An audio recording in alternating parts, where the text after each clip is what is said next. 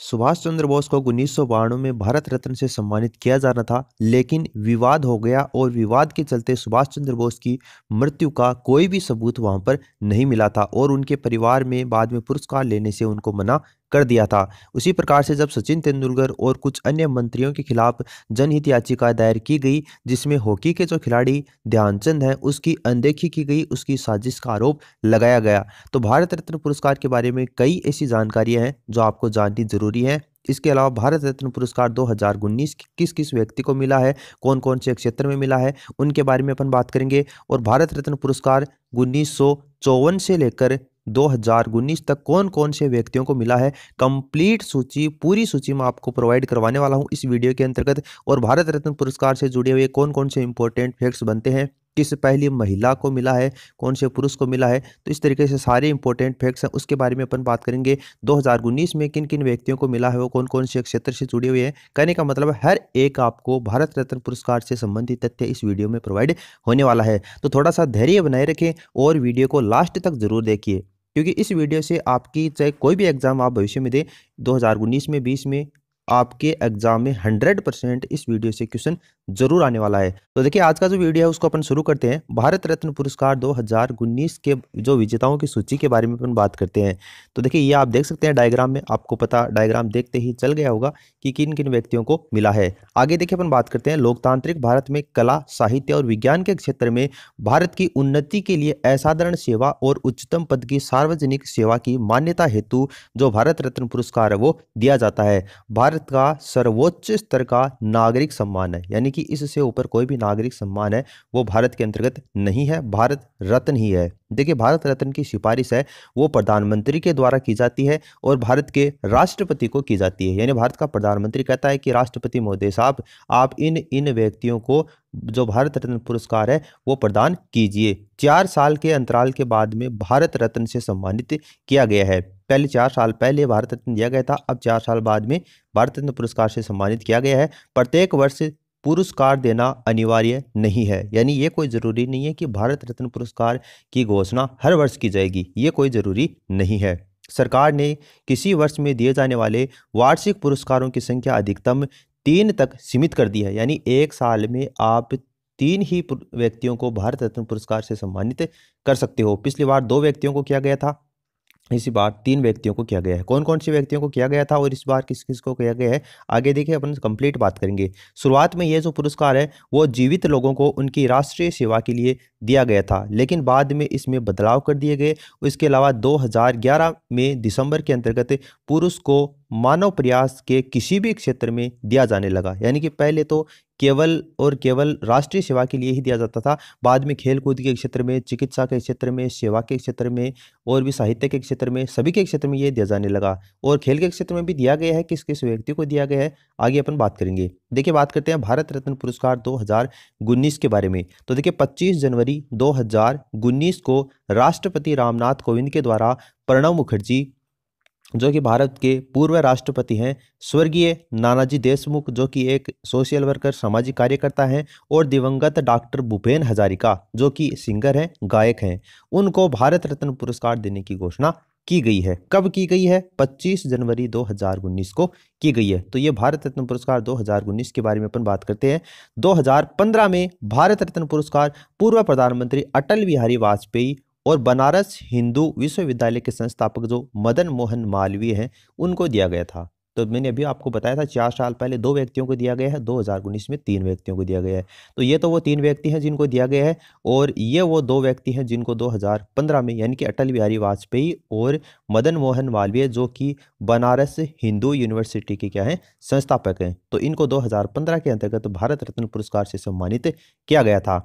अब देखिए प्रथम भारत रत्न पुरस्कार है वो 1954 में सी.वी. रमन जो कि क्या है, साइंटिस्ट थे, और सी राजगोपालाचारी जो कि पॉलिटिशियन, राजनीतिज्ञ थे, और सर्वपल्ली राधाकृष्णन जो कि दार्शनिक थे, उनको प्रदान किया गया था। तो 1954 के अंतर्गत उनको प्रदान किया गया था।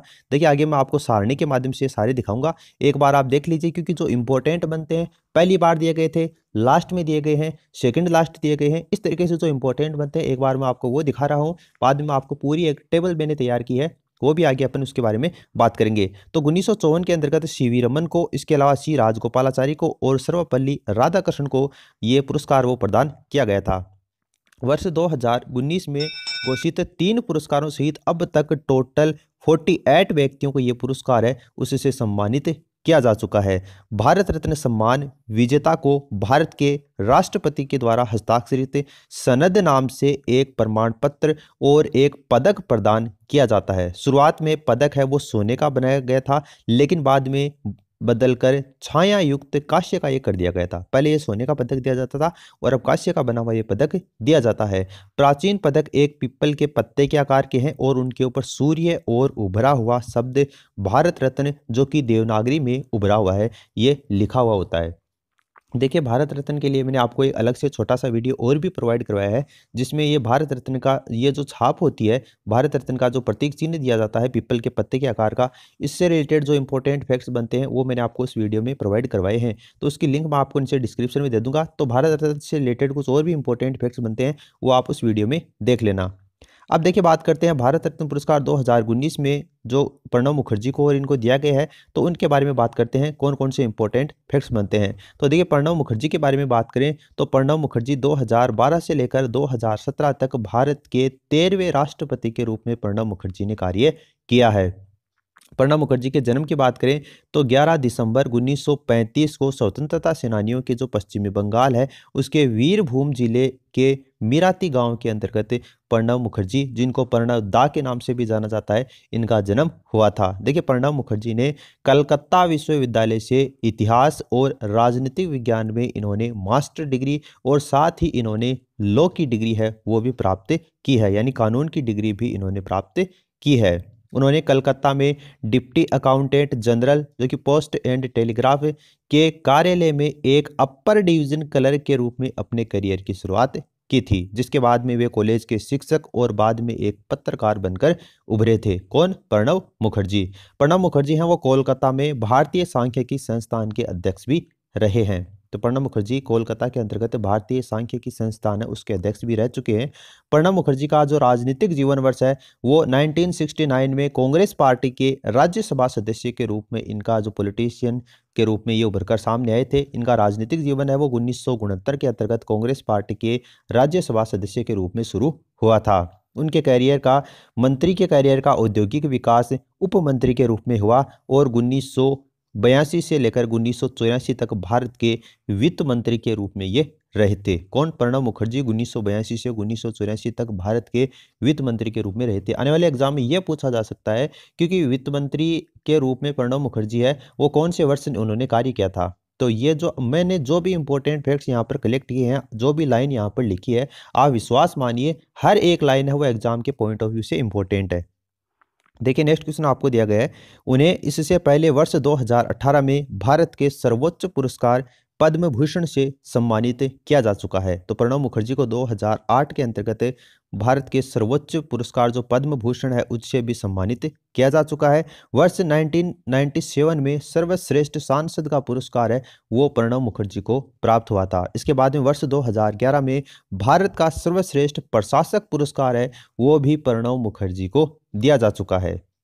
इसके अलावा उन्हें यूरो मार्केट के द्वारा दिए गए एक सर्वेक्षण के अलावा 1984 में विश्व के सर्वश्रेष्ठ 5 वित्त मंत्रियों में से एक का दर्जा है वो भी प्रणब मुखर्जी को मिला था। यूरो मार्केट के द्वारा एक सर्वे किया गया था जिसमें 1984 के अंतर्गत विश्व के सर्वश्रेष्ठ जो 5 वित्त मंत्री हैं उनमें से एक कौन थे? प्रणब मुखर्जी थे। नेक्स्ट देखिए, प्रणब मुखर्जी ने भारतीय जो इकोनॉमी है और राष्ट्र निर्माण के ऊपर कई किताबें भी प्रणब मुखर्जी ने लिखी है।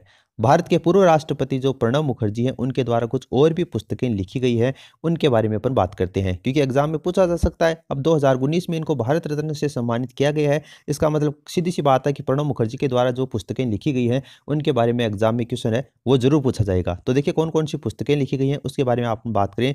द कोलिशन ईयर्स यानी गठबंधन के वर्षों नाम से जो पुस्तक है वो प्रणब मुखर्जी ने लिखी है। विचार और प्रतिबिंब, thoughts and reflection, the turbulents years 1980 से 1996, ये भी प्रणब मुखर्जी ने लिखी है। इसके अलावा the democratic decade, the Indira Gandhi years, ये पुस्तक प्रणब मुखर्जी ने लिखी है। अस्तित्व से परे, बियॉन्ड सर्वाइवल, ये पुस्तक भी प्रणब मुखर्जी के द्वारा लिखी गई है।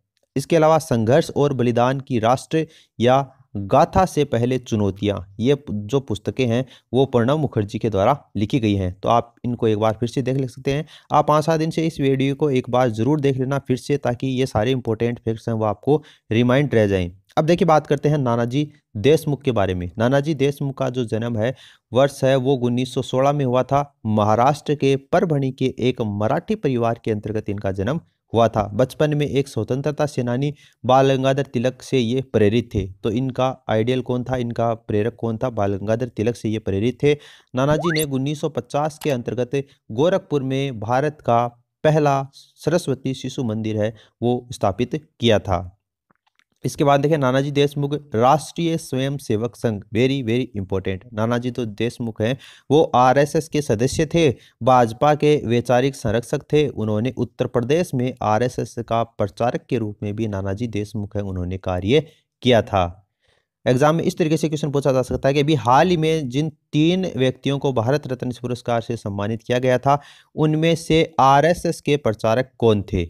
और बाद में इन तीनों का ऑप्शन आपको दे रखा है, बाद में उपरोक्त सभी या इनमें से कोई नहीं, इस तरीके से पूछा जा सकता है। तो आरएसएस के प्रचारक कौन थे? नानाजी देशमुख थे। देखिए नानाजी देशमुख ने बलरामपुर से वर्ष 1977 के लोकसभा चुनाव से इन्होंने जीत हासिल की थी। उन्हें राष्ट्र के प्रति उनकी सेवाओं की मान्यता के लिए वर्ष 1999 में सरकार के द्वारा राज्यसभा के लिए इनको नामित किया गया था। तो 1999 में राज्यसभा के लिए इनको नामित किया गया था नानाजी देशमुख के लिए।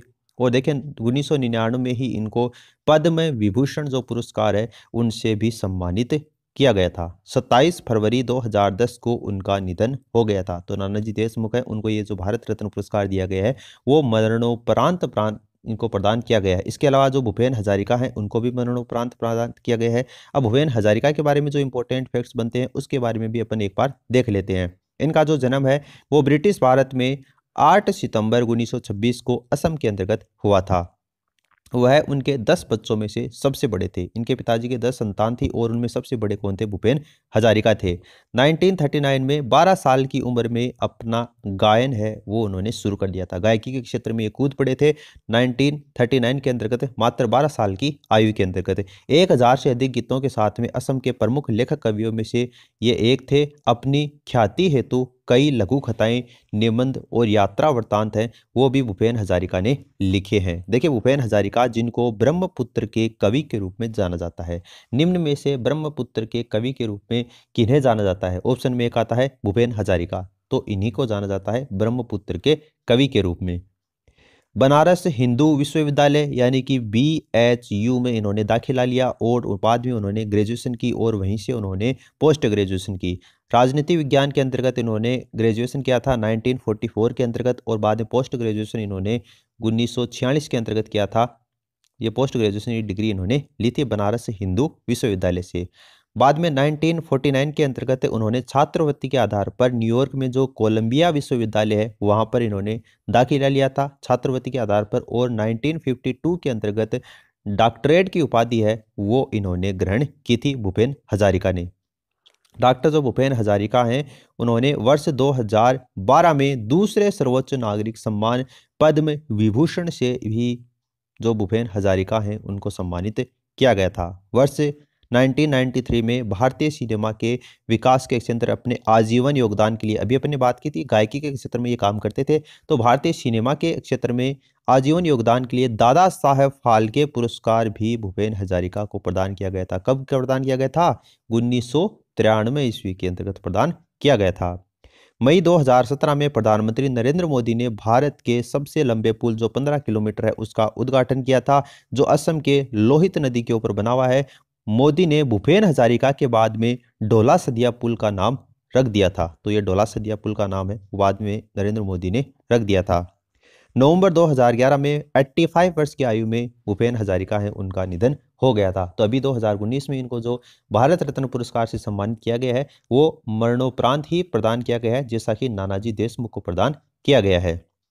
अब देखिए भारत रत्न पुरस्कार से जुड़े हुए कुछ इंपॉर्टेंट फैक्ट्स बनते हैं उसके बारे में अपन बात करते हैं। तो पूर्व राष्ट्रपति जो डॉक्टर APJ अब्दुल कलाम है, मिसाइल मैन ऑफ इंडिया है, उनको वर्ष 1997 में ये पुरस्कार वो प्रदान किया गया था। इसके अलावा मदर टेरेसा हैं, वर्ष 1980 में भारत रत्न पाने वाली पहली नागरिकता प्राप्त भारतीय नागरिक थी। तो मदर टेरेसा हैं 1980 में भारत रत्न पाने वाली पहली नागरिकता प्राप्त भारतीय नागरिक थी। इसके बाद में देखिए 1987 के अंतर्गत दो गैर भारतीय भारत रत्न विजेता, उनमें से एक तो पाकिस्तान राष्ट्र के कौन थे, खान अब्दुल गफ्फार खान थे, और वर्ष 1990 के अंतर्गत दक्षिणी अफ्रीका के जो पूर्व राष्ट्रपति नेल्सन मंडेला हैं, उनको भारत रत्न पुरस्कार से प्रदान किया गया था। तो ये गैर भारतीय थे, यानी वो भारतीय थे जो भारत के नहीं थे, लेकिन इनको भारत रत्न पुरस्कार से सम्मानित किया गया था। तो 1987 के अंतर्गत किया गया था। दो ये थे और दोनों का नाम है, कौन कौन से देश से संबंध रखते थे वो आप देख सकते हैं। सचिन तेंदुलकर पहले खिलाड़ी थे और सबसे कम उम्र के भारत रत्न पुरस्कार विजेता थे, यानी खेल के क्षेत्र में सचिन तेंदुलकर को ही भारत रत्न पुरस्कार वो सबसे पहले प्रदान किया गया है।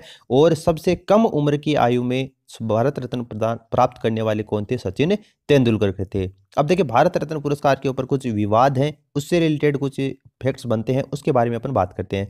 सुभाष चंद्र बोस को 1992 के अंतर्गत भारत रत्न से सम्मानित किया जाना था, लेकिन एक विवाद हुआ और विवाद के चलते बाद में सुभाष चंद्र बोस की जो मृत्यु का कोई भी सबूत है, इनकी बॉडी का कोई भी प्रमाण है, वो नहीं मिला था। और बाद में उनके परिवार ने इनको मरणोपरांत भारत रत्न पुरस्कार लेने से इनकार कर दिया था, क्योंकि इनकी बॉडी मिली ही नहीं थी। इसलिए इनके परिवार ने कहा कि आप इनको मृत कैसे घोषित कर सकते हैं, और बाद में उनके परिवार ने भारत रत्न पुरस्कार वो लेने से मना कर दिया था। जैसा कि भारत के प्रधानमंत्री के द्वारा भारत रत्न की सिफारिशें हैं वो राष्ट्रपति के समक्ष प्रस्तुत की जाती हैं। पूर्व प्रधानमंत्री जो जवाहरलाल नेहरू और जो इंदिरा गांधी हैं, उनको 1955 में और 1971 में पुरस्कार से सम्मानित करने के लिए आलोचना की जा चुकी है। यानी कि सीधी सी बात है, प्रधानमंत्री है वो सिफारिश करता है राष्ट्रपति के बारे में कि आप इनको भारत रत्न पुरस्कार से सम्मानित करो, लेकिन खुद प्रधानमंत्री को ही अगर भारत रत्न पुरस्कार से सम्मानित किया जाए और प्रधानमंत्री पद के ऊपर रहते हुए, तो इनकी आलोचना होना वाजिब है। जैसे अब नरेंद्र मोदी सरकार है, तो नरेंद्र मोदी खुद की ही अपील करे राष्ट्रपति के सामने कि आप मुझे भारत रत्न पुरस्कार है वो प्रदान करो, तो इनकी आलोचना है वो होनी तय है, और इससे होती भी है। तो इस तरीके से आलोचना की जा चुकी है। जब 1955 के अंतर्गत पूर्व प्रधानमंत्री जो जवाहरलाल नेहरू हैं और इंदिरा गांधी के समय में 1971 में इंदिरा गांधी ने भारत रत्न पुरस्कार देने के लिए सिफारिशें की थी राष्ट्रपति के सामने, तो इनकी आलोचना उस समय बहुत की गई थी। इसके अलावा देखिए 2013 में नवंबर के अंतर्गत भारत रत्न की घोषणा के बाद में CNR राव और सचिन तेंदुलकर जनहित याचिका को यह कहते हुए पुरस्कार देने की चुनौती दे रहे थे कि अन्य वैज्ञानिकों ने राव से अधिक योगदान दिया और 1400 शोध पत्र हैं वो प्रकाशित करने का उनका दावा है वो भौतिक रूप से असंभव था। तो ये विवाद है वो भी हुआ था भारत रत्न को लेकर। इसके अलावा सचिन तेंदुलकर और कुछ अन्य मंत्रियों के खिलाफ भी जनहित याचिका है वो रिट दायर की गई थी, जिसमें हॉकी खिलाड़ी ध्यानचंद की अनदेखी की गई और उसकी साजिश का आरोप है वो भी चयन कमेटी के ऊपर लगाया गया था। तो ये सही फैक्ट था, इनको भारत रत्न पुरस्कार से सम्मानित किया जाना चाहिए था। नेक्स्ट देखिए आपको दे रखा है भारत रत्न जो प्राप्तकर्ताएं हैं उनके लिए क्या क्या सुविधाएं होती हैं, उसके बारे में अपन बात करें तो भारत के भीतर यात्रा करने के दौरान उनका वर्णन राज्य के अतिथि के रूप में होता है। इसके अलावा विदेश के अंतर्गत भारतीय मिशन के साथ में अपनी यात्रा के दौरान पुरस्कार विजेताओं को या उनके अनुरोध पर उचित सुविधाएं हैं वो भी इनको प्रदान की जाती हैं। तो ये भारत रत्न पुरस्कार में जो फैसिलिटी दी जाती है उसकी बात हो रही है। ये राजनयिक पासपोर्ट के हकदार होते हैं। एयर इंडिया की life time free executive class यात्रा इनको मिलती है। तो ये इनके लिए एक अलग से फैक्ट्स बनता है। इसके अलावा उन्हें पूर्वता की तालिका के लिए कॉलम 7A के अंतर्गत रखा गया है। यह गृह मंत्रालय के द्वारा प्रकाशित किया जाता है और इस तालिका में आदेश राज्य और औपचारिक अवसरों के लिए होता है। सरकार के दिन के कारोबार के अंतर्गत इसका कोई आवेदन नहीं है। ऐसे राज्य या समारोह में भारत रत्न प्राप्त करने वाले अपने राज्य के मुख्यमंत्रियों और राज्यपाल में 7A से ये ऊपर होते हैं। अब देखिए बात करते हैं भारत रत्न से सम्मानित जो पुरस्कार हैं किन किन व्यक्तियों को प्रदान किया गया अब तक 1954 से लेकर 2019 तक। तो एक तरफ मैंने यहाँ पर वर्ष ले रखे हैं और एक तरफ पुरस्कार प्राप्त करता। तो देखिए 1954 के अंतर्गत सी राजगोपालाचारी, चक्रवर्ती राजगोपालाचारी को 1954 के अंतर्गत भारत रत्न पुरस्कार वो प्रदान किया गया था। सर्वपल्ली राधाकृष्णन को और सीवी रमन को कौन कौन से क्षेत्र में प्रदान किया गया था, अभी अपन ने थोड़ी देर पहले बात की है। इनको 1954 के अंतर्गत प्रदान किया गया था। फिर देखिए 1955 के अंतर्गत भगवान दास को भारत रत्न से सम्मानित किया गया था। 1955 के अंतर्गत एम विश्वेश्वरैया को, उसके बाद में 1955 में ही जवाहरलाल नेहरू को सम्मानित किया गया था। तो इन तीनों को 1955 के अंतर्गत सम्मानित किया गया था। फिर 1957 के अंतर्गत गोविंद वल्लभ पंत को भारत रत्न पुरस्कार दिया गया था। 1958 के अंतर्गत धोंडो केशव कर्वे को दिया गया था। 1961 में विधान चंद्र राय को भारत रत्न दिया गया था और राष्ट्रपति जो राजेंद्र प्रसाद थे उनको भी 1962 के अंतर्गत है वो भारत रत्न पुरस्कार से सम्मानित किया गया था। जाकिर हुसैन है उनको 1963 में और पांडुरंग वामन केन है उन दोनों को 1963 के अंतर्गत भारत रत्न पुरस्कार है वो दिया गया था। लाल बहादुर शास्त्री की बात करें तो 1966 में दिया गया था। इंदिरा गांधी को 1971 में, जैसा कि अभी अपन ने बात की है, काफी आलोचना हुई थी इनकी। और वीवी गिरी को, वेंकट वराह गिरी को 1975 के अंतर्गत किया गया था। और के कामराज को 1976 में और 80 के अंतर्गत मदर टेरेसा का, जिसको थियोसोफिकल सोसाइटी की इन्होंने स्थापना की थी। बाद में आचार्य जो विनोबा भावे हैं बुधान आंदोलन के प्रेरणा, इनको 1983 के अंतर्गत भारत रत्न दिया गया था। और गैर जो भारतीय थे खान अब्दुल गफ्फार खान, जिनकी अभी अपन ने बात की थी, 1987 के अंतर्गत इनको भारत रत्न पुरस्कार से सम्मानित किया गया था। एम जी रामचंद्रन को 1988 में और डॉक्टर भीमराव अंबेडकर जो संविधान मसौदा समिति के अध्यक्ष थे उनको 1990 के अंतर्गत संविधान का निर्माता कहा जाता है बी आर अम्बेडकर को 1990 में। और 1990 में ही नेल्सन मंडेला, इनको भारत रत्न पुरस्कार से सम्मानित किया गया था। 1991 में राजीव गांधी को, इसके अलावा 1991 में सरदार वल्लभ भाई पटेल को और 1991 में ही मोरारजी भाई देसाई को ये भारत रत्न पुरस्कार है वो प्रदान किया गया था। तो इन तीनों को 1991 में। इसके बाद में बात करें तो अब्दुल कलाम आज़ाद को 1992 के अंतर्गत, जे आर डी टाटा को 1992 के अंतर्गत और सत्यजीत रे को भी 1992 के अंतर्गत पुरस्कार वो प्रदान किया गया था। बाद में बात करें गुलजारी लाल नंदा की तो 1997 के अंतर्गत, अरुणा आसफ अली को 1997 में और doctor A P J Abdul Kalam है उनको भी 97 के अंतर्गत ही भारत रत्न पुरस्कार से सम्मानित किया गया था। बात करें सुश्री सुब्बुलक्ष्मी की तो 1998 के अंतर्गत, चिदम्बरम सुब्रमण्यम को भी 98 के अंतर्गत, इन दोनों को 1998 में दिया गया था। अमर्त्य सेन को 1999, गोपीनाथ बारदोलोई को 1999 और रविशंकर को भी 1999 में भी भारत रत्न पुरस्कार से सम्मानित किया गया था। लता मंगेशकर को गायकी के क्षेत्र के अंतर्गत 2001 में, बिस्मिल्ला खान को भी 2001 के अंतर्गत, इसके अलावा भीमसेन जोशी को 2008 के अंतर्गत भारत रत्न पुरस्कार है वो वीरता के क्षेत्र में इनको प्रदान किया गया था। सी एन आर राव की, जिससे कि अभी अपन ने बात की थी, 2014 में प्रदान किया गया था। सचिन तेंदुलकर को खेल के क्षेत्र में 2014 के अंतर्गत प्रदान किया गया था। मदन मोहन मालवीय और अटल बिहारी वाजपेयी, इन दोनों की घोषणा प्रधानमंत्री नरेंद्र मोदी की सरकार में ही 2015 के अंतर्गत की गई थी। बात करें प्रणब मुखर्जी की, भूपेन हजारिका की और नानाजी देशमुख की, तो इनकी अभी हाल ही में 25 जनवरी 2019 को इन तीनों व्यक्तियों की भारत रत्न पुरस्कार से सम्मानित करने की घोषणा की जा चुकी है। तो ये कंप्लीट लिस्ट है भारत रत्न पुरस्कार से रिलेटेड, जो आप वीडियो को एक बार फिर से भी देख सकते हैं, वीडियो को पॉज करके भी